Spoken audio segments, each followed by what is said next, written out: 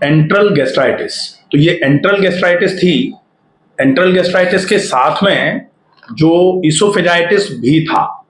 तो enteral gastritis का मतलब तो सिंपली अगर हम देखें कि गैस्ट्राइटिस का मतलब तो हो गया आमाशय में इन्फ्लेमेशन, मतलब गैस्टर में इन्फ्लेमेशन, इन्फ्लेमेशन को आइटिस कहेंगे, तो गैस्टर आइटिस मिलाकर के गैस्ट्राइटिस। अब जब आइटिस होती है स्टमक में, तो आइटिस के 5 विशेष लक्षण होते हैं। तो पांचों विशेष लक्षण में स्टमक में सूजन, दर्द, लालामी, गर्मी और कार्य क्षमता का कम हो जाना या फंक्शंस का खराब हो जाना, यह होगा। सूजन हमको पेट में भारीपन के रूप में समझ में आएगी। दर्द तो फील होता ही है, जैसे पेट खाली है तो दर्द हो रहा है पेट में, या फिर पेट में कुछ खा लिया तो दर्द हो रहा है। लालामी हमको समझ में नहीं आएगी, लेकिन जब एंडोस्कोपी करी जाती है तब उसमें लिख के आता है हाइपरीमिक। तो अपने लिखा हुआ है hyperaemic mucosa seen in corpus and antrum. तो कॉर्पस एंड एंट्रम का मतलब क्या होता है? ये स्टमक के पार्ट्स, जो स्टमक है, आमाशय जिसको गैस्टर बोला जा रहा है, उसके बेसिकली वैसे तो 4 पार्ट होते हैं, लेकिन 3 मान के चलते हैं। एक तो फंडस ऊपर वाला पार्ट, एक बॉडी बीच वाला पार्ट, और एक एंट्रम नीचे वाला पार्ट। तो अपने हाइपरीमिक चेंजेस कहां कहां आ रहे हैं? कॉर्पस और एंट्रम। कॉर्पस मतलब बॉडी, तो बीच वाला हिस्सा और नीचे वाले हिस्से में अपने ये हाइपरीमिक चेंजेस आ रहे हैं। लेकिन साथ में इसोफेजाइटिस भी है। इसोफेजाइटिस का मतलब होता है कि जब पेट बहुत फूलता है, फैलता है, तो वो फूलता हुआ पेट ज्यादा फूलेगा, गैस ऊपर की तरफ जाएगी, और गैस जब ऊपर की तरफ जाएगी और बहुत ज्यादा प्रेशर लगेगा, तो ऊपर वाला जो द्वार है जिसको लोअर इसोफेजियल स्फिंक्टर बोला जाता है, उस पर ज्यादा जोर पड़ता है। तो यहां से एसिड या फिर जो गैस है, एयर है, गर्म होकर के वो ऐसे करके बार बार ऊपर की तरफ आहार नाल में जाती है। तो आहार नाल के अंदर का जो म्यूकोसा है वो सूज जाता है। इसको बोला जाता है कि आहार नाल में भी अंदर की तरफ इन्फ्लेमेटरी साइन आ रहे हैं। तो इन्फ्लेमेटरी मतलब ये 5 आहार नाल में भी आ जाएंगे। सूजन, दर्द, तो यहां भी दर्द रहेगा हमेशा। तो ऐसा लगेगा जैसे सीना भारी भारी है। कभी सीने में जलन भी हो सकती है, कभी कभी गले में भी खराश, खराबी, ये सब भी हो सकता है। अब इसमें अपन ने थोड़ा बहुत फॉलोअप किया। थोड़ा फॉलोअप करने के बाद थोड़ा सा पेट में आराम मिला। पेट में आराम मिला, जो गैस्ट्राइटिस थी उसमें थोड़ा आराम हुआ। उसकी वजह से जो एक्सेसिव गैस बन रही थी, एक्सेसिव गैस बन के ऊपर की तरफ चढ़ रही थी, वो कम हो गया। तो इसोफेजाइटिस तो नहीं आया। लेकिन इसोफेजाइटिस नहीं आया, अभी भी इसोफेजाइटिस होने का कारण जिंदा है। अभी भी वो कारण तो पड़ा हुआ है। अगर उस कारण को आज भी ठीक नहीं किया जाएगा तो फिर से चल के कुछ समय के बाद इसोफेजाइटिस आ जाता। अब हमने तीसरी बार एंडोस्कोपी कराया। तो तीसरी बार एंडोस्कोपी जो कराई, इसमें आया कि लगभग लगभग स्टमक की जो अंदर की लेयर थी उसमें जो सूजन आई थी, इन्फ्लेमेटरी साइन आए थे, वो अब नहीं है। लेकिन सिम्टम्स आपको अभी भी लग रहे हैं। पेट भारी है, सीने में भी भारीपन है, खाना नहीं पच रहा है। तो इन्फ्लेमेशन जब होकर के खत्म होता है, तो कहीं जहां सूजन आ जाती है ना, वो सूजन जब पूरे तरीके से ढंग से खत्म नहीं हो पाती है, तो फिर कुछ समय के लिए कार्य क्षमताओं में कमी बनी रहती है। और कार्य क्षमताओं में कमी बनी रहेगी तो क्या होगा कि खाना जब आप खा रहे हो तो पाचक रस अच्छे तरीके से निकल ही नहीं पा रहा है स्टमक से अभी। तो अभी क्या होगा, जैसे ही खाना खाया पेट भारी। कैसा लग रहा है अभी? खाना खाते ही पेट भारी लग रहा है? पहले से तो कम है। पहले तो ज्यादा होता था। हाँ, अब पहले से कम है। लेकिन अभी कितना ज्यादा लग रहा है? हाँ, अब बहुत ज्यादा नहीं, पहले के बजाय 20-25% ही लग रहा है। 20-25% है ना? ठीक है। अब इस 20-25% को भी अपने को खत्म करना है। तो इस 20-25% को खत्म करने के लिए फंक्शनल एबिलिटी बढ़ानी पड़ेगी, क्योंकि अब स्ट्रक्चरली तो कोई प्रॉब्लम है नहीं। एनाटॉमिकली तो जिसको बोलते हैं ना कि स्ट्रक्चरली कहीं आमाशय में कोई सूजन थी, आमाशय में कोई इरोजन थे, वो सब अब क्लियर है बिल्कुल। एंडोस्कोपी इसका सबूत है।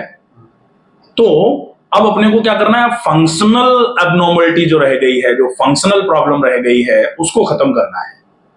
ठीक है, अब फंक्शनल प्रॉब्लम को खत्म करने के लिए क्या करना पड़ेगा कि आपको आमाशय से क्या क्या निकलता है, ये आमाशय हो गया। इस आमाशय से क्या निकलता है, यहां पर पैराइटल सेल्स होती हैं, ये सेल एक तो HCl निकालती हैं। तो कभी कभी तो ऐसा होता है कि इस इलाज में आप बहुत लंबे समय तक जब एंटासिड्स खाते हैं ना, तो लो स्टमक एसिड हो जाता है। स्टमक एसिड निकालने वाली कोशिकाएं ये सोचती हैं, आप बार बार करके दवाई खिला खिला के हमको निढाल कर रखा है, तो अब हम निकालेंगे ही नहीं, तो HCl निकालना बंद कर देती हैं। तो लो स्टमक एसिड का केस बनता है बाद में चल के।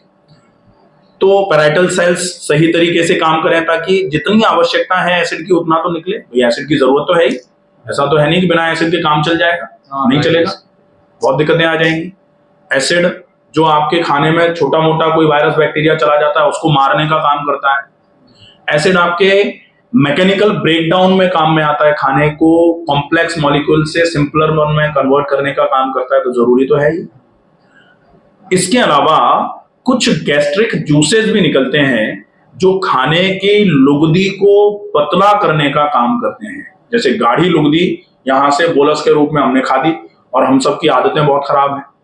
हम खाने को ऐसे जैसे अगर सूखी सब्जी और मोटे आटे की रोटी है तो हमने मुंह में डाली, तो हम इस तरीके से उसको निगल के घुसाते हैं गले में कि वो बेचारा सूखा सूखा कौर अंदर की तरफ जाता है, गला निगल नहीं पा रहा, उसको नीचे ले नहीं जा पा रहा। तो कई लोगों की ये भी आदत होती है कि हर कौर पे एक घूंट पानी। अब वैसे तो आयुर्वेद ये कहता है भोजने च अमृतम वारी, भोजन करते समय अगर आप जल पीते हैं तो वो अलाउड है, अमृत का काम कर सकता है।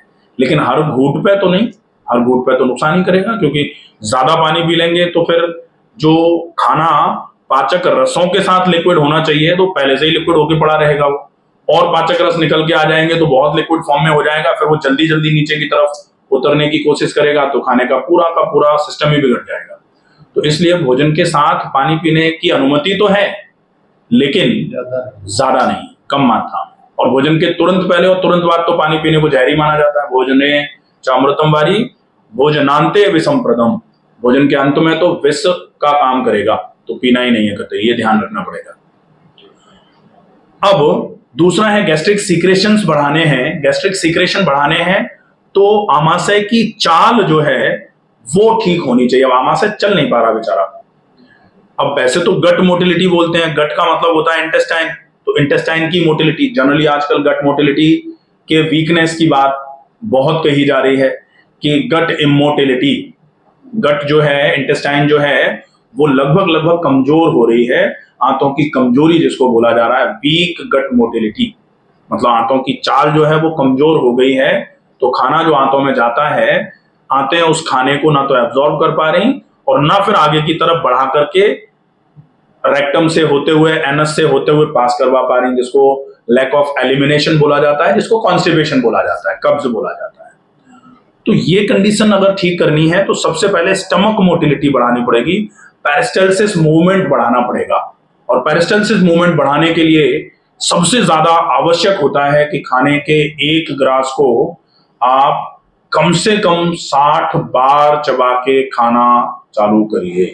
गिन के 60 बार चबाइए। आप जितना भी चबा रहे हैं, हम तो ज्यादा चबाते ही हैं, ज्यादा चबाने से मतलब नहीं है, आप 60 बार चबाएंगे तब आपको इस समस्या में, और ये ऐसी समस्या है क्योंकि आजकल बहुत हो रही है। आजकल देखो आप कि 10 में से 3 लोगों को गैस्ट्राइटिस की प्रॉब्लम है। अब 10 में से 3 लोगों को है तो टोटल पॉपुलेशन का 30% हो गया, तो ये तो बहुत ज्यादा है। और बचा कौन है?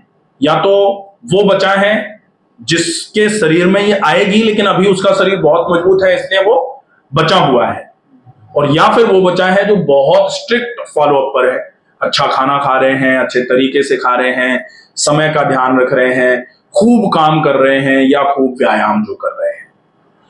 जो खूब काम कर रहे हैं जैसे मजदूर वर्ग के लोग हैं, उनमें सबसे बढ़िया एक चीज होती है, लेकिन आज ये बीमारी उनको भी नहीं छोड़ पा रही, क्योंकि मजदूरी जो है वो श्रमिक मजदूरी जो होती थी ना, शारीरिक श्रम वाली, वो तो हो गई कम, अब तनाव वाली मजदूरी हो गई है।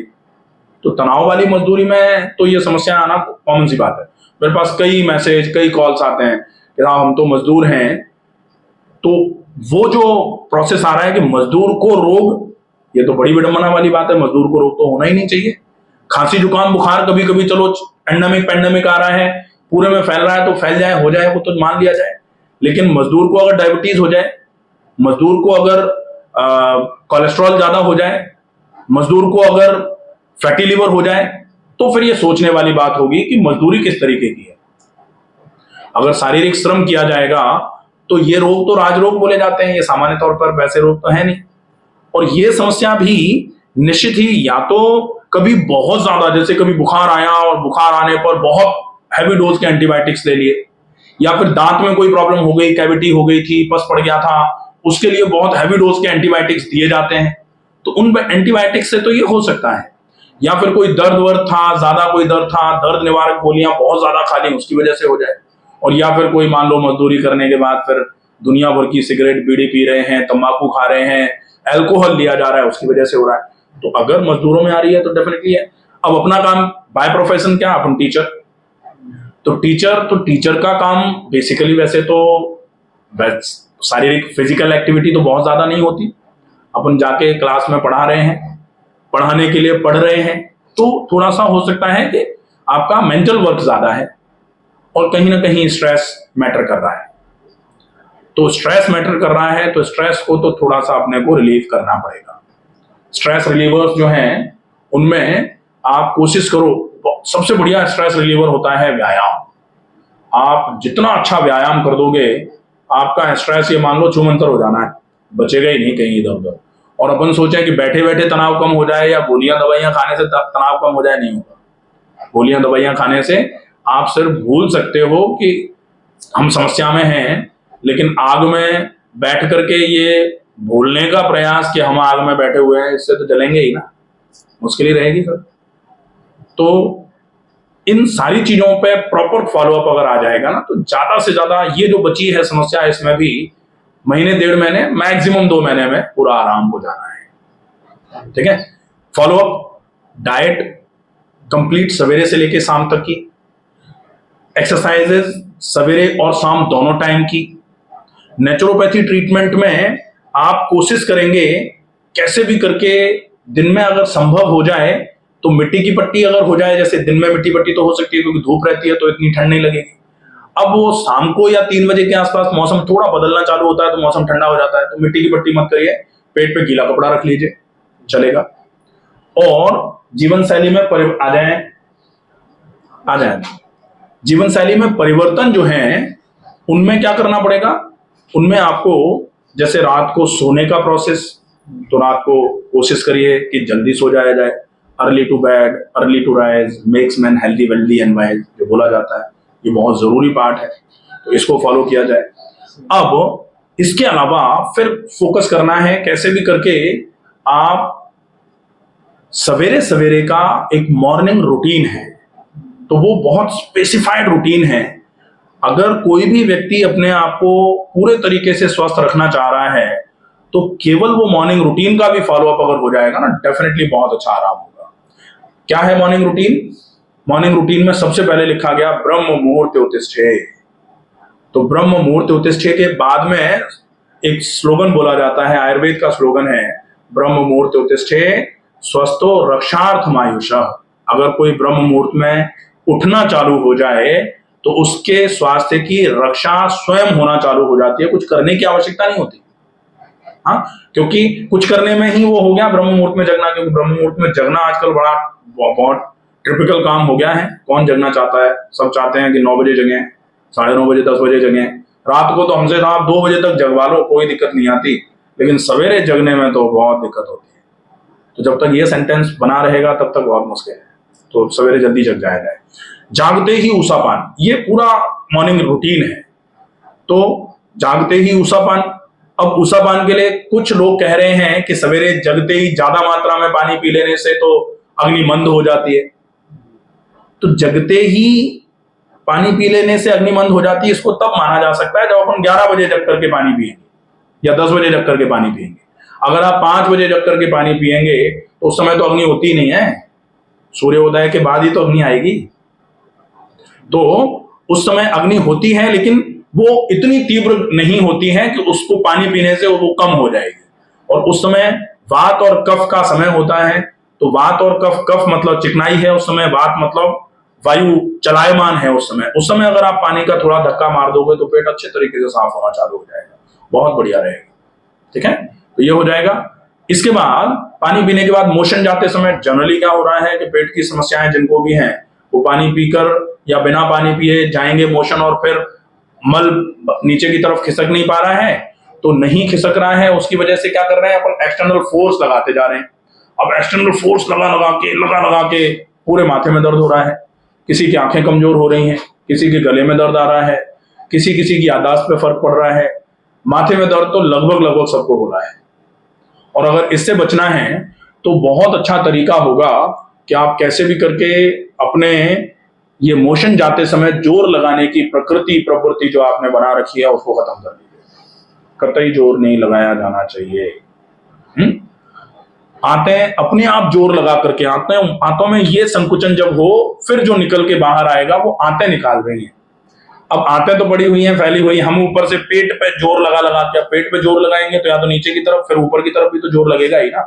फिर फेफड़ों पे भी जोर लग रहा है, हार्ट पे भी जोर लग रहा है, वेसल पर भी जोर लग रहा है, बीपी यहाँ हमेशा ज्यादा रहेगा, सेरेब्रल कंजेशन हो जाएगा, माइग्रेन होने का बड़ा कारण बन जाता है ये, तो ये नहीं करना चाहिए। ठीक है, ये इस तरीके से पूरा मॉर्निंग रूटीन है, उसको स्ट्रिक्टली अगर फॉलो कर लेंगे ना तो डेफिनेटली ये समस्या बिल्कुल खत्म हो जाएगी। जो फंक्शनल एबिलिटी जो थोड़ी वीक रह गई है, बाकी तो ऑलमोस्ट ठीक है। ठीक है, हो जाएगा, कर लेंगे आराम से।